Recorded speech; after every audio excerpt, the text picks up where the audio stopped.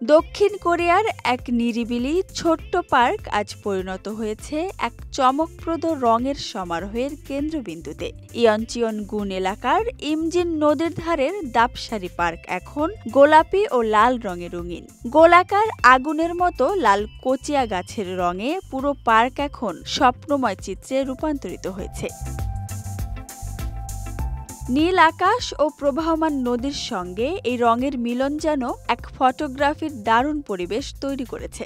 হাজার হাজার দাপসারি গাছে ফুল ফোটার কারণে পুরো এলাকা যেন একটি মনোমুগ্ধকর ফুলের সাগরে পরিণত হয়েছে। দাপসারি হলো লালকচিয়া গাছের সাধারণ কোরিয়ান নাম, যা ইমজিন নদীর তীর জুড়ে রয়েছে।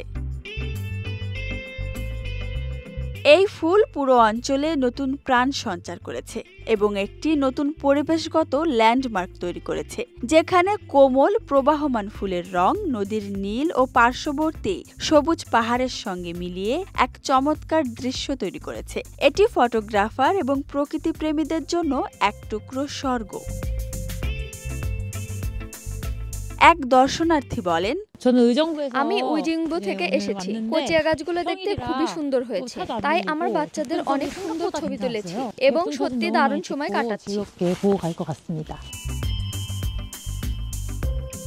ফুলের হালকা স্নিগ্ধ ঘ্রাণ আর আকর্ষণীয় দৃশ্যপট পার্কটিকে শহুরে জীবনের ব্যস্ততা থেকে শান্তি মেলার একটি দুর্দান্ত স্থান হিসেবে প্রতিষ্ঠিত করেছে। তাই প্রতিদিন হাজারো দর্শনার্থী ছুটে আসছেন এই পার্কটিতে। Desk report, Dhaka express.